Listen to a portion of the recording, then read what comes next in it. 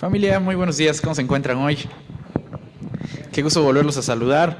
Hoy vamos a hablar, como todo el mes de septiembre, sobre la libertad.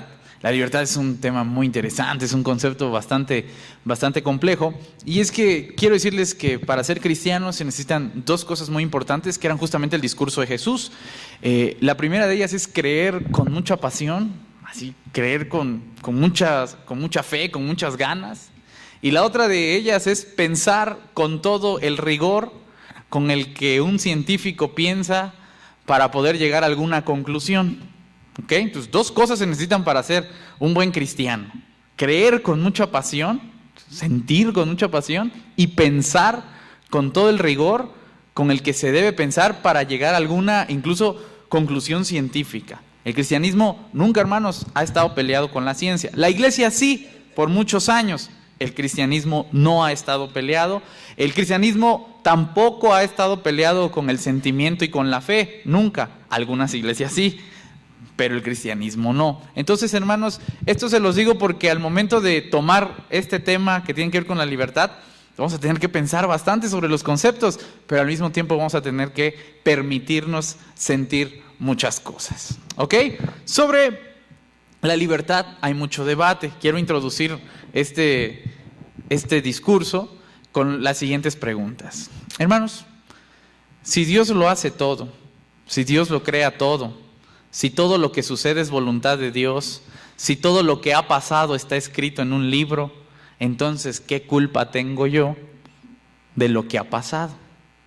Si Dios había dicho que yo iba a pecar, si Dios había escrito que yo iba a cometer adulterio, si Dios había escrito que yo iba a robar, mi pregunta es, ¿qué culpa tengo yo si Dios me predestinó a esa vida?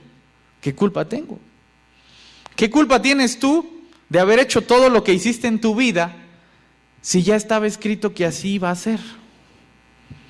Empezamos a pensar sobre el tema de la libertad. ¿Ok? Entonces, esto nos pone en un conflicto, porque si Dios ya había dicho y había preestablecido que todas las cosas sucedieran tal como sucedieron, entonces, hermanos, vosotros quedáis absueltos de toda culpa. ¿El culpable es Dios o no?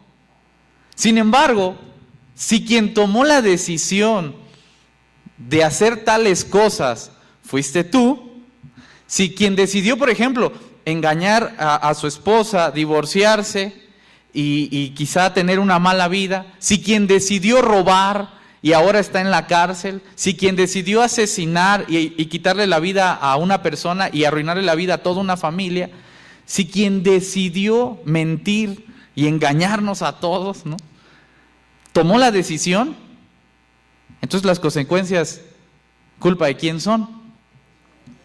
¿De Dios o de quien tomó la decisión de hacerlo? Hermanos, ustedes no pueden darse el lujo, chéquense lo que voy a decir, de darse la oportunidad de pensar en eso si no creen en la libertad. Ustedes no podrían hacerse esta pregunta si no creen en la libertad.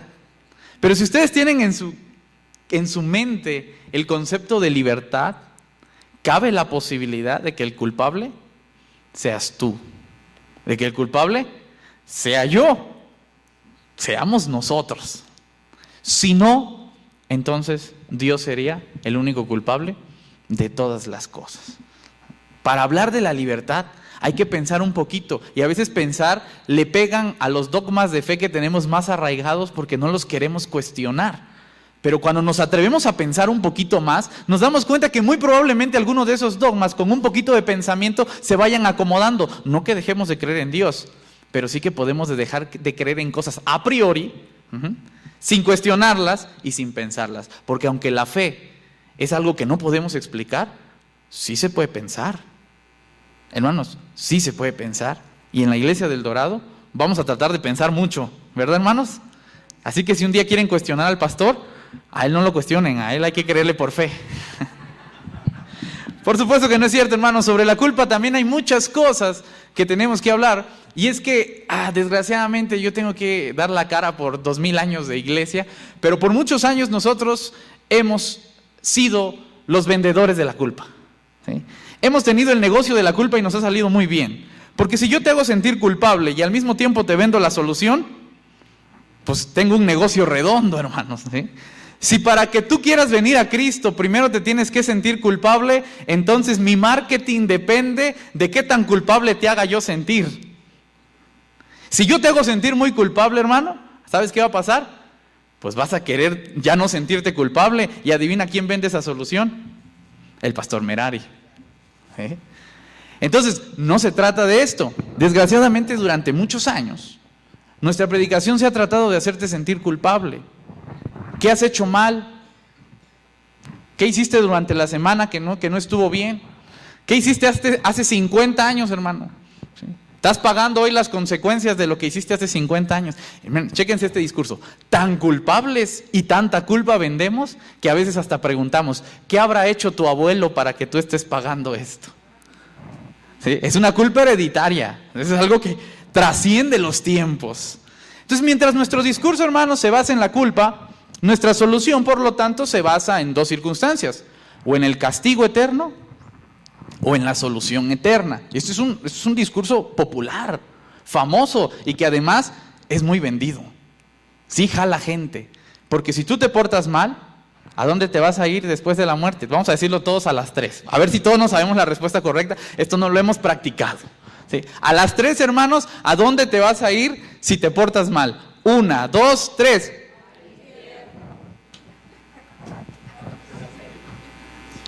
¿Ven cómo nos la sabemos? Entonces, esto nos lleva a la segunda conclusión. Si yo te vendo un discurso de culpa y te hago sentir muy culpable para que tú me compres a mí la solución, ahora yo te voy a vender un discurso de miedo.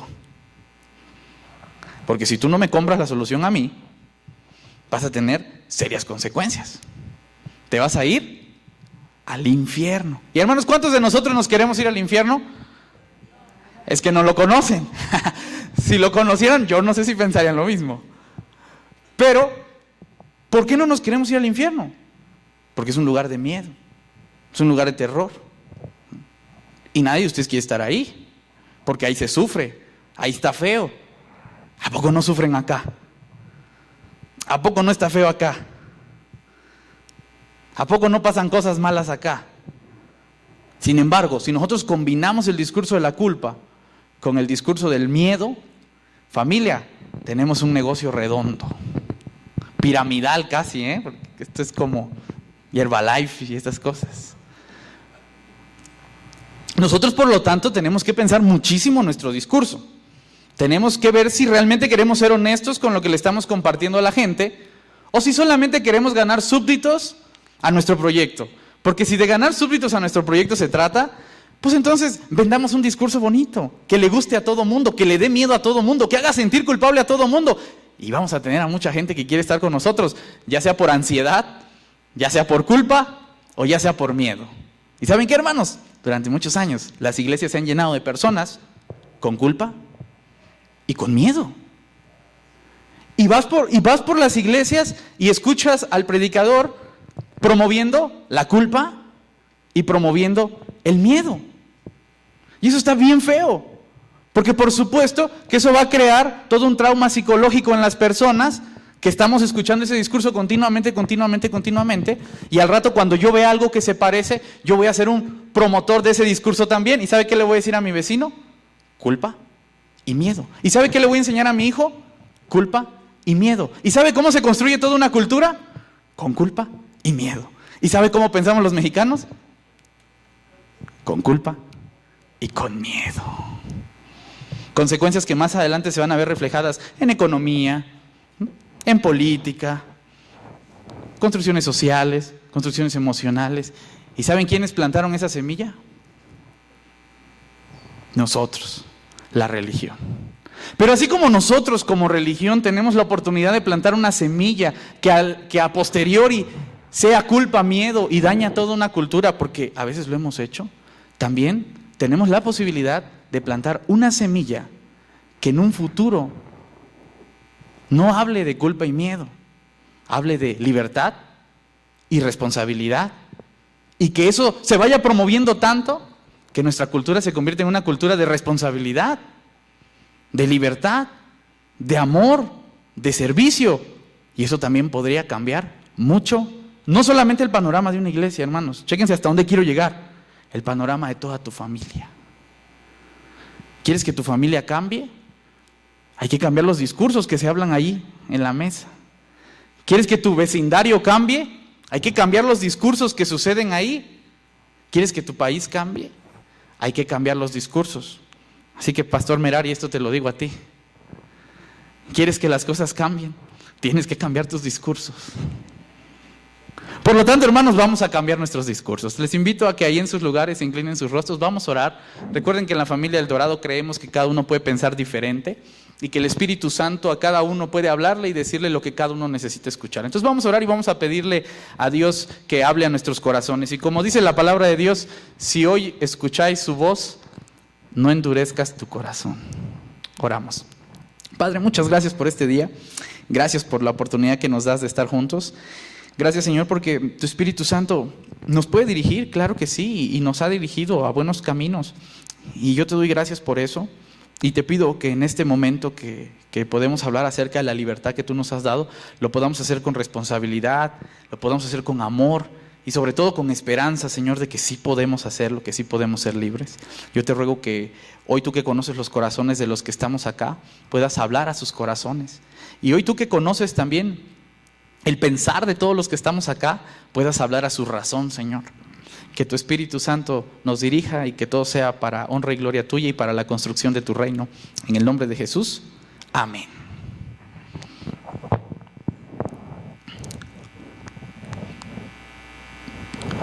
Vamos a empezar con algunos conceptos rapidísimos de los que vimos la semana pasada. Bueno, ¿se acuerdan que hablamos de que las cosas son buenas? ¿Qué tiene que ver este concepto de bueno? Cuando hablamos de bueno no nos referimos a lo moralmente bueno, ¿ok? No nos referimos a eso, elimínenlo. Cuando hablamos de bueno nos referimos a la armonía, a lo que funciona bien cuando todo está en orden. Digamos, Dios creó todas las cosas y las creó buenas. ¿Esto qué quiere decir? ¿Se acuerdan que cité a Mufasa la semana pasada? Quiere decir que todo funcionaba bien en el ciclo de la vida, o sea, todo estaba en orden, las cosas funcionaban en armonía. Y cuando las cosas funcionan en armonía, esto es bueno. Hablamos del segundo concepto, la libertad. La libertad es algo muy interesante, porque lo resumimos como la capacidad de decidir, la capacidad que tú tienes de tomar una decisión. ¿Cuántos tomaron una decisión el día de hoy, hermanos? ¿Sí la tomaron? La decisión de venir a la iglesia, o los trajeron a la fuerza, ¿no? Ustedes dijeron, pues mira, puede que sí vaya, ¿no? Me voy a dar la oportunidad. Tú tomaste una decisión, decidiste decir, pues va, voy a aventármela. Eso quiere decir que tú tuviste la capacidad de tomar una decisión. Por lo tanto, hermano, tú eres responsable de todo lo que pase aquí con tu vida. Yo no me hago responsable de eso. Tú decidiste venir, tú decidiste estar acá. Eres libre. Tomaste esa decisión. Tuviste la oportunidad de tomarla. Entonces, ¿qué es la libertad? La capacidad que tú tienes de decidir. 3, el pecado. Este también me gusta mucho. El pecado es el mal uso de la libertad. Chéquense cómo lo he resumido. Cuando tú no usas tu libertad bien, estás pecando. Tú tienes que hacer un uso correcto de la libertad para que puedas decir que estás sin culpa. ¿Con esto qué pretendo? Y lo dije la semana pasada, no lo escondo, no escondo la esencia de mi discurso. Con esto pretendo que el concepto de pecado deje de ser moral. Que dejemos de ver al pecado como solo actos morales. El pecado no es un acto puramente moral. El pecado es un acto del corazón, es un acto de toda la vida, es un acto que daña a otras personas sin que tengan que ver con conceptos morales. Entonces, ¿qué es pecado? El uso indebido de nuestra libertad en cualquier área, hermanos. Cuando usted sabe que tiene que comer 5,000 calorías y ve un pastel de chocolate que tiene 10 millones de calorías y usted dice una rebanada y en esa rebanada se avienta 100,000 calorías, usted no está haciendo uso debido de su libertad. Y adivine qué, está pecando. Pastor, ¿cómo voy a estar pecando si no cometí adulterio? Si no he fornicado, si ninguna mujer se ha pasado por mi mente, ¿cómo es posible que esté pecando?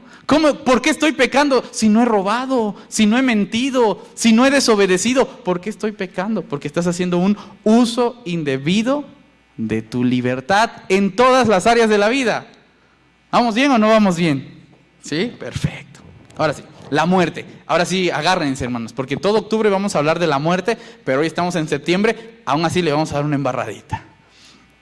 La muerte es un concepto bíblico que tiene que ver con el regreso al caos, con el regreso al desorden, o sea, no a la armonía. Hermanos, quiero hacer un paréntesis. La muerte, como nos la imaginamos hoy, no es mala. Pero dejar la vida no es malo. ¿Quién nos mintió y quién nos dijo que morir era un castigo?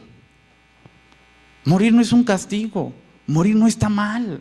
Morir es parte del ciclo de la vida. Si nosotros no muriéramos, si esta muerte no fuera natural, este planeta ya no nos soportaría. Muerte como concepto, no como el acto natural de morir, y es a donde yo quiero llegar. La muerte en el texto bíblico no tiene que apuntar a la muerte natural que todos tenemos, la cual nunca se vio mal en toda la historia del texto. Era un lugar de descanso. Los mismos patriarcas decían, voy a ir a descansar con mis antepasados. Nadie está diciendo, uy, me voy a ir a sufrir al infierno en la muerte y como pequé me voy a morir. No era el ideal. La muerte es un descanso, es el término de un ciclo y es parte natural de la vida, es parte de nosotros, no es mala. Entonces, ¿por qué la palabra muerte se relaciona tanto con conceptos negativos como la paga del pecado es muerte? Muy bien, porque en tal caso el concepto de muerte tiene que ver con un caos, tiene que ver con un desorden, tiene que ver con un regreso a lo que no es bueno. Y si lo bueno es armonía, por lo tanto la muerte es todo lo que no nos lleva a esa armonía. Hermanos, si en nuestra familia nosotros no estamos bien, nosotros estamos muertos. Si en nuestra relación personal nosotros no estamos bien con nosotros mismos, nosotros estamos muertos. Hermanos, si nuestra iglesia del Dorado no está bien con nosotros mismos, nosotros estamos muertos. ¿Sí? Si nuestras relaciones personales como entre personas no están bien, estamos muertos. Si nuestra relación con Dios no está bien, estamos muertos. Y ese concepto particular de muerte es la parte esencial para entender todas las veces que la Biblia va a hablar de muerte. Va a decir, si comes de este árbol ciertamente morirás. Y tú ves unos versículos después, ¿los viste muertos? Esos seguían bien vivos, Adán y Eva estaban felices por todos lados, muertos no estaban, hermanos. ¿Por qué? ¿Quiere decir que Dios no cumplió su palabra? No, quiere decir que no la hemos entendido como orientales. Quiere decir que estamos leyendo la Biblia como occidentales. ¿Sí? Pero eso no quiere decir que hayamos entendido el concepto hebreo de perecer, de morir en el concepto del caos. Entonces, hermanos, si usted peca, se lo profetizo, va a morir. Y no me refiero a su muerte física, me refiero a todo el caos que su vida va a tener por no hacer un uso correcto de su libertad. Entonces vamos a hacer un ejercicio práctico, porque si este discurso no va acompañado de experiencia, no tiene caso. Ustedes van a decir, el pastor mira, se está echando un buen discurso y ya. Pero vamos a hacer un caso práctico, hermanos. ¿Cuántos de ustedes han pecado? ¿Sí? ¿Cómo les ha ido después de pecar? ¿Han conocido el caos después de tomar una mala decisión? Eso es muerte. Sí, sencillo. Para el texto bíblico, esas consecuencias han sido su muerte. Y puede ir avanzando, avanzando y avanzando. Ahora, fuera del concepto práctico hay un concepto teológico que ahora vamos a tocar. También es muy interesante, ¿eh? Váyanme siguiendo en esto. Voy a terminar con el último concepto que dimos la semana pasada, y es que el pecado es adictivo. Por eso les decía, todos los que levantaron su mano cuando les pregunté si habían pecado, lo cual fueron todos, y el que no es solamente porque no nos los quiere decir. Va la segunda pregunta: ¿a cuántos de ustedes les gustó pecar?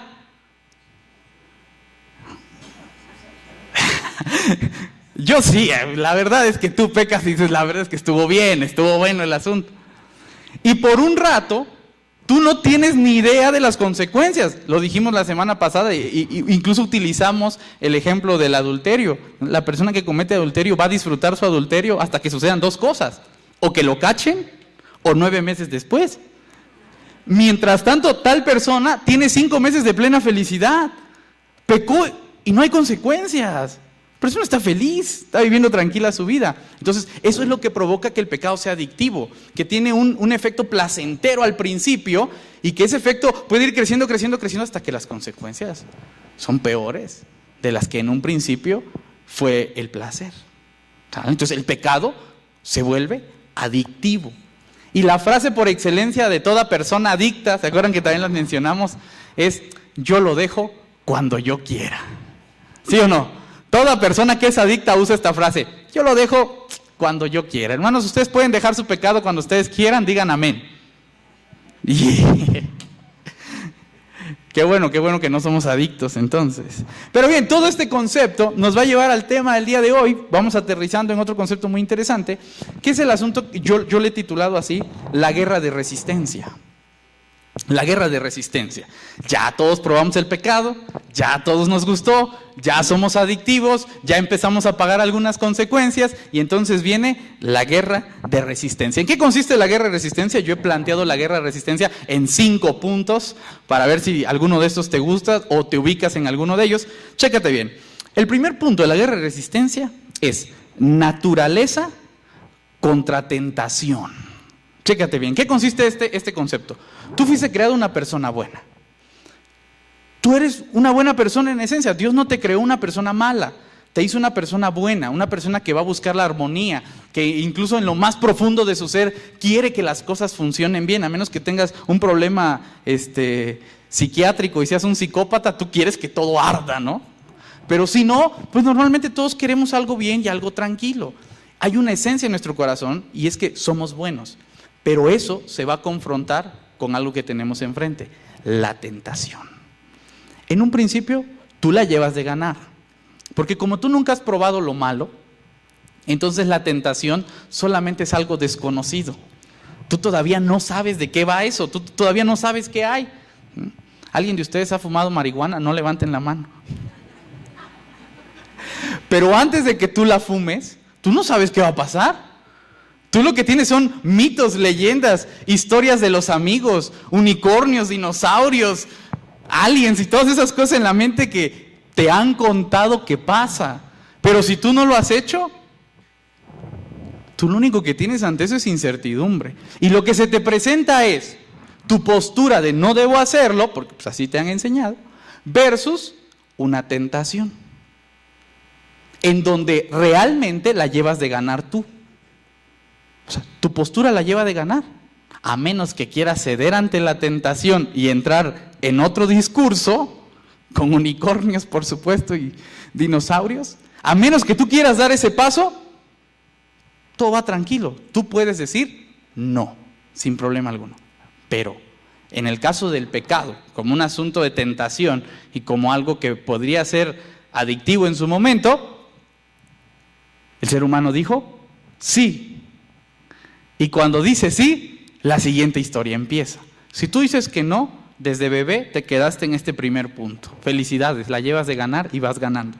Pero si tú dices que no, si tú dices que sí, perdón, llega el punto número 2, naturaleza contra adicción.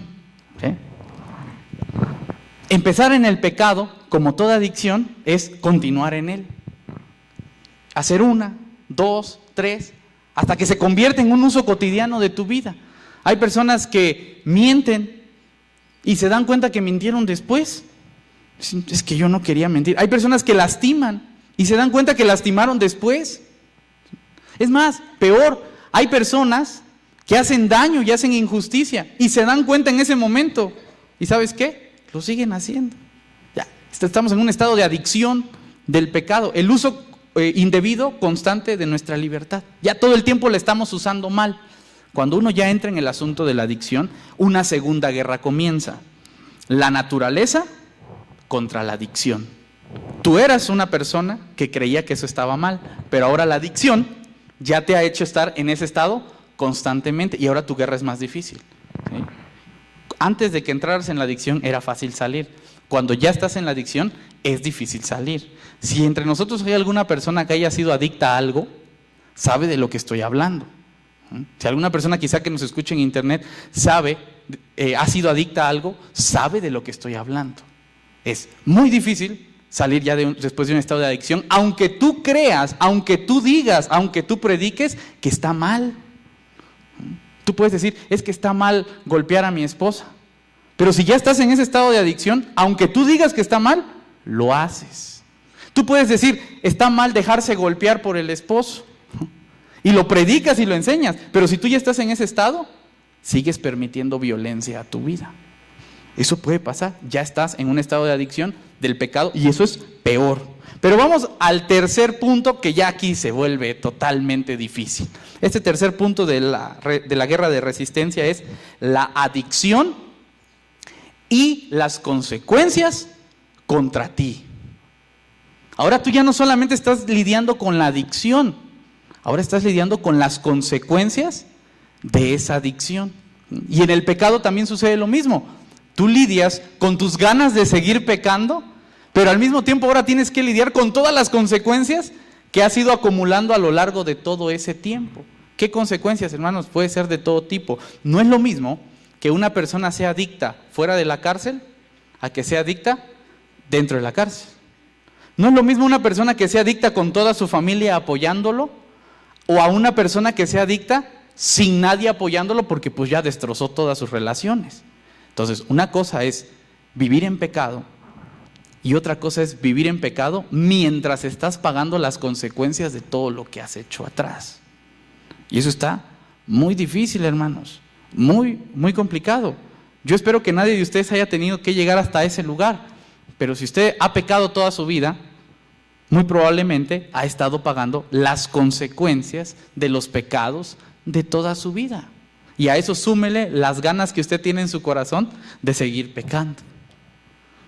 Y ya estamos en un estado muy difícil. Ante este estado, hermanos, no hay mucho que podamos hacer. Quiero ser sincero con ustedes, la verdad es que la vida de una persona está muy arruinada en este punto. Realmente está muy trágico. Sin embargo, hay un punto intermedio que es el que le da el giro a todas estas cosas. Y ese punto se llama Jesús. Y ahí es donde entra la religión y el evangelio. Si yo racionalmente me pongo a pensar en este momento, no hay mucho que hacer con una persona que llega hasta este estado. Pero religiosamente hablando, si Jesús llega a entrar en la vida de una persona en ese momento, algo puede suceder. Y empieza los dos últimos puntos. La santidad que ese Jesús te permite tener, o tu restauración contra tu adicción. Y aquí quiero hacer una pausa para explicarles algo. Hermanos, ¿ustedes ya creyeron en Jesús? ¿Sí? Bien. Si no han creído en Jesús, no se preocupe. Hoy puede creer, y si no cree hoy, tampoco se preocupe. Puede hacerlo después. Tenemos muchas ofertas para eso. Sin embargo, el asunto de creer en Jesús, el asunto de entender la fe y entender el discurso de Jesús, tiene que ver con cómo sanar tu vida, con cómo sanar tu corazón y con cómo ir haciendo que todas las consecuencias vayan menguando y no vayas creando nuevas consecuencias. Por supuesto, todo eso está en el discurso de Jesús. No se trata de decir, ¿crees en Jesús? Sí, amén, ya eres salvo. Eso no es evangelio, eso no es cristianismo. ¿crees en Jesús? Bueno, vamos a pensar cómo podemos hacer para cambiar nuestra vida y para ir arreglando la vida a lo largo del tiempo. Eso sí es cristianismo. Entonces, los que creen en Jesús tienen algo en su corazón llamado Espíritu Santo. Ahora dejamos del mundo psicológico y material, por así decirlo, para entrar al mundo espiritual. Y quiero hablarles del Espíritu Santo. ¿Han escuchado del Espíritu Santo? Bien, el Espíritu Santo es aquello no sé qué y nadie de ustedes sabe, que cuando uno lo tiene en su corazón es como una fuerza interna que te ayuda a salir adelante. Es ese no sé qué que cuando tú estás deprimido, pero está aquí adentro, te ayuda a salir adelante. Es ese no sé qué que cuando tú tienes una pérdida muy fuerte, está aquí adentro y te ayuda a salir adelante. Es ese no sé qué, que cuando todo parece que se va a arruinar y los médicos te dicen se va a acabar, no hay solución, no hay nada que podamos hacer científicamente hablando, está acá adentro y te saca adelante. Ese es el Espíritu Santo. Si alguien de ustedes ha experimentado lo que es el Espíritu Santo, sabe de qué estoy hablando. Si no, va a tener que experimentarlo primero para que entienda. Ya lo diría Pablo, es que el asunto de la cruz para nosotros es algo impresionante, pero para los demás es locura. Hasta que se experimente bien ese asunto del Espíritu Santo, uno puede decir, sí, yo sí sé de qué está hablando Merari. ¿Alguien sabe de qué estoy hablando? No me dejen solo. Bien. Hay testimonio de que eso ha pasado, no en mí, en muchas personas. ¿Sale? Entonces, ese tema del Espíritu Santo es muy interesante, porque es ese no sé qué, que estando acá adentro, te va a ayudar a ir solucionando esa vida que parece que está en caos, que parece que no hay solución, que parece que se va a acabar, pero te va a ayudar. Y tampoco solamente se trata de que el Espíritu Santo obre. Vas a tener otras 90 personas alrededor de ti que se hacen llamar tus hermanos y que te dicen hermanos no porque no se sepan tu nombre, sino porque así nos decimos. ¿Verdad, hermanos? Esos hermanos que tienes alrededor te van a ayudar a que también puedas salir de ese problema, de ese caos, a darte esperanzas, a darte ánimos. Y entonces inicia una verdadera guerra de resistencia, en donde ese estado de adicción en el cual tú estás, porque te gusta esa vida, ya le encontraste la forma, ya sabes cómo moverte ahí, ahora empieza a luchar contra ese algo que tienes en tu corazón que se llama Espíritu Santo, y con 90 aliados más que tienes por acá que te van a ayudar a que salgas adelante. Entonces empieza la verdadera guerra de resistencia. Es cuando tu vida puede empezar a cambiar. Puedes empezar a tomar caminos diferentes, a pedir perdón si has cometido errores, a aceptar tus culpas para que te des cuenta que las consecuencias no son porque el diablo te las puso, sino porque tú te las fuiste creando. A ir platicando con la gente y sanar relaciones. Entonces puede empezar a haber un cambio de vida. Ahí estamos en el cuarto momento que he titulado el proceso de santidad versus la adicción. Hay algo luchando para decirte que ya no sigas en ese camino, y hay algo luchando para decirte que sigas en ese camino. ¿Cuántos nos encontramos en ese momento, hermanos? ¿Cuántos todavía quieren pecar, pero como que saben que ya no deben hacerlo y como que no quieren tanto?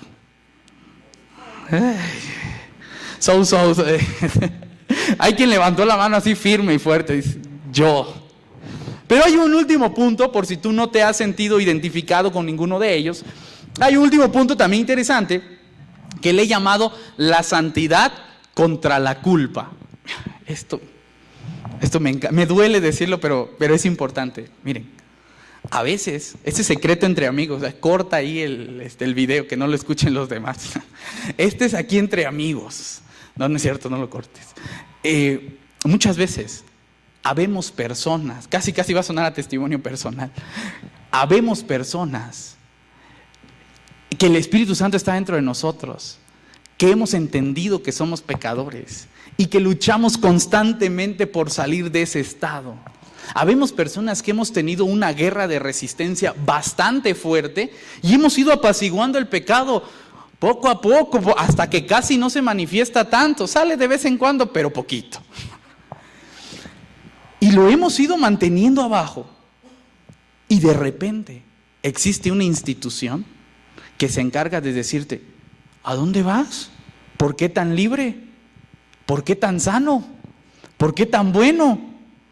Tú no debes estar así. Tú debes de sentirte culpable.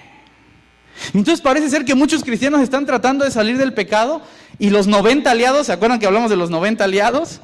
En lugar de empujarlo para que por fin salga, lo jalan y le dicen, no, tú quédate aquí adentro con nosotros. No vaya a ser que tú sí estés libre y nosotros no. Mejor todos juntitos mal, pero juntitos. ¿Sí?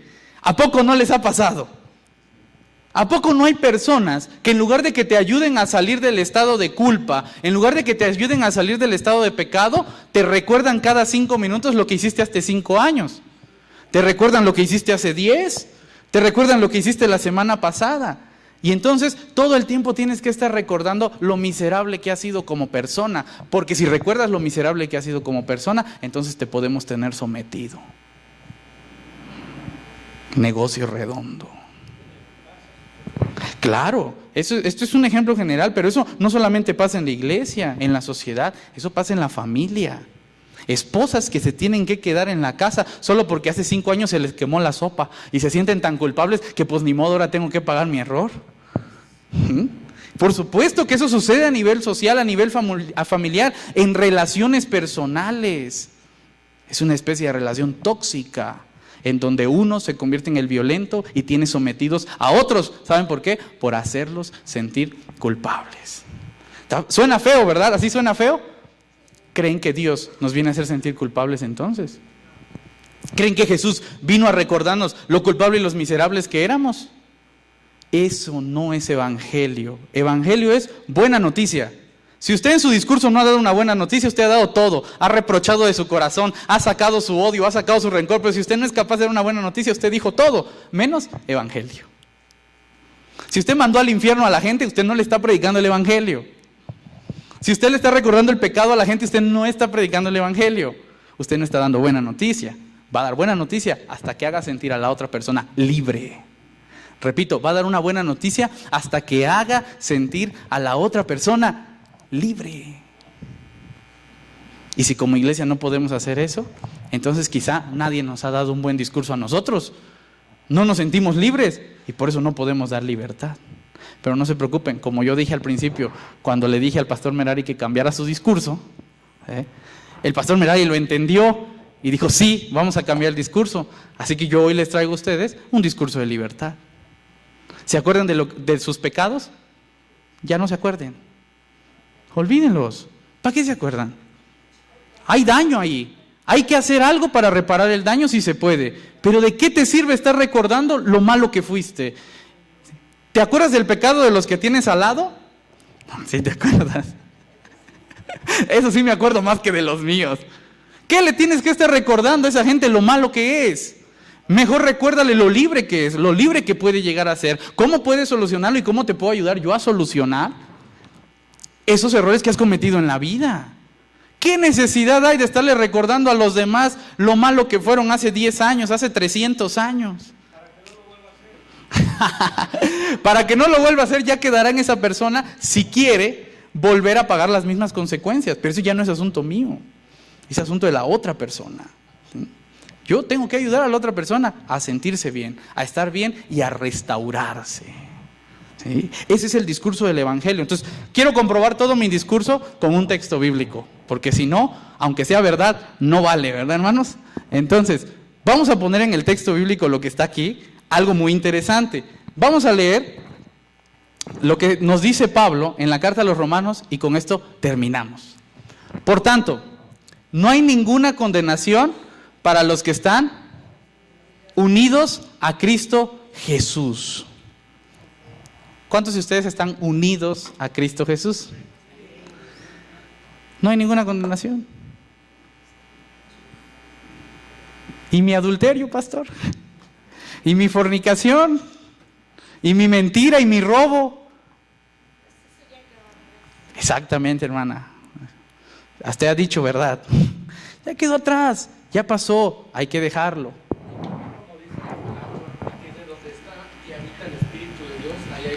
Exactamente. También, si no hay libertad, es porque probablemente el Espíritu no habita todavía ahí. Si una iglesia no promueve libertad, es porque probablemente el Espíritu no habita ahí. ¿Sí? Échate. Y a nosotros como iglesia, como cuerpo de iglesia, nos corresponde también ser parte de y restituir vidas. Exacto. Entonces, lo que hacemos es, como dice, vemos la paja en la paja en la vida de la otra persona y no vemos la viga que tenemos. Entonces quizás a veces lo que hacemos es, en lugar de restituir, como que hacemos, mira, hiciste algo mal.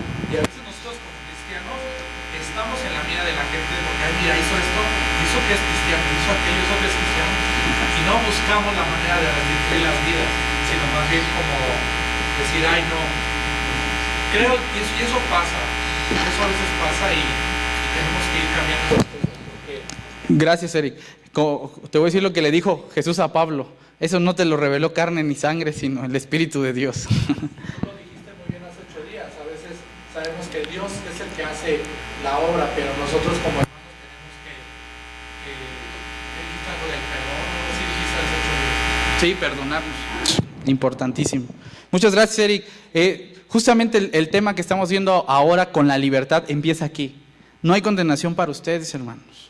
Si alguien quiere acercarse a llegarles a recordar lo malo que han sido, que se les resbale, no le hagan caso. Gente mala, sin propósito y sin buenas intenciones, se las van a encontrar a cada rato. Son gente que no tiene vida y que la única vida es andar viendo la vida de otros.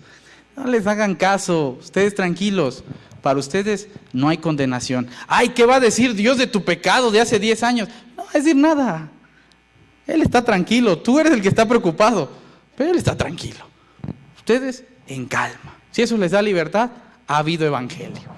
Dice, los que no andan conforme a la carne, sino conforme al Espíritu. Quiero hacer una aclaración rapidísima porque esta siempre me la malinterpreta. Acuérdense, la Biblia no se lee, se interpreta.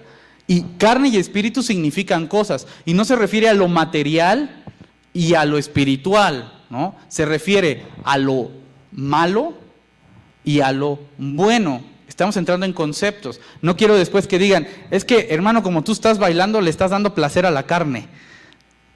No, eso no es, bailar no es malo, pues no tiene sentido. ¿Sí? Pero como tú estás orando, entonces le estás dando placer al espíritu. Eso sí está bien. No tiene que ver con esa división de material y espiritual. Este concepto tiene que ver con lo que es malo y con lo que es bueno. Entonces, aquí lo que nos está diciendo es los que no andan conforme a lo malo, sino que andan conforme a lo bueno, que como hemos ido hablando en este discurso podríamos decir, no los que hacen un uso indebido de la libertad, sino los que hacen un uso correcto y responsable de su libertad. ¿Sale? Para no andar satanizando luego actos tan hermosos de la vida. Siguiente. Porque la ley del Espíritu da vida en Cristo Jesús, de vida en Cristo Jesús, me ha librado de la ley del pecado y de la muerte. Aquí hay algo muy interesante, regrésame uno, porfa Lili. Porque la ley del Espíritu, y abajo dice la ley del pecado. Ah, caray, hay dos leyes. La ley de lo bueno y la ley de lo malo. Bueno, tengo que explicar otra cosa muy interesante. Cada vez que ustedes le dicen ley a las cosas, muy probablemente en su lenguaje religioso, lo que normalmente estamos hablando es de una instrucción, de una enseñanza, que es un concepto mejor que el de Torah. Cuando nosotros decimos Torah, inmediatamente decimos ley. No, es mejor interpretar Torah como instrucción o enseñanza que como ley, como si fuera la Constitución. Es una instrucción y es una enseñanza. Y desde esta perspectiva es bien fácil tomar el concepto de instrucción o de enseñanza y ponerlo acá. Porque la enseñanza de lo bueno, de vida en Cristo Jesús, me ha librado de las enseñanzas de lo malo y de el caos. Si nosotros aprendemos a usar conceptos, es mucho más fácil entenderle a la Biblia. Porque si no, vamos a ser muy literales a la hora de leerlo y nos vamos a encontrar con muchos problemas. Entonces, ¿qué me ha librado a mí, según Pablo, de vivir esa vida mala y ese caos? Las enseñanzas de la buena vida, de la responsabilidad, del uso debido de mi libertad. Eso es lo que me ha librado de un mal uso de la libertad y por lo tanto de la muerte. ¿Y qué dijimos que era muerte? Caos. ¿Quieres librarte del caos? No le hagas caso a las enseñanzas que te llevan al caos. Hazle caso a las enseñanzas que te van a llevar a usar responsablemente tu libertad. Si tú escuchas por ahí algo que te mueve a tomar buenas decisiones, tómala, porque esas enseñanzas son las que te van a sanar del caos. Y esas enseñanzas son la predicación de Jesús. Esas enseñanzas son la predicación de Jesús. A eso vino Jesús, a enseñarnos a usar correctamente nuestra libertad. Ahora sí, hermanos, he terminado. ¿Cuántos de ustedes quieren ser libres? Hagan un uso correcto de su libertad. No se sientan culpables. No le hagan caso a esa gente. Vivan tranquilos. Váyanse libres. Váyanse en paz. Sean felices. Que Dios les bendiga. Los quiero mucho. Bendiciones.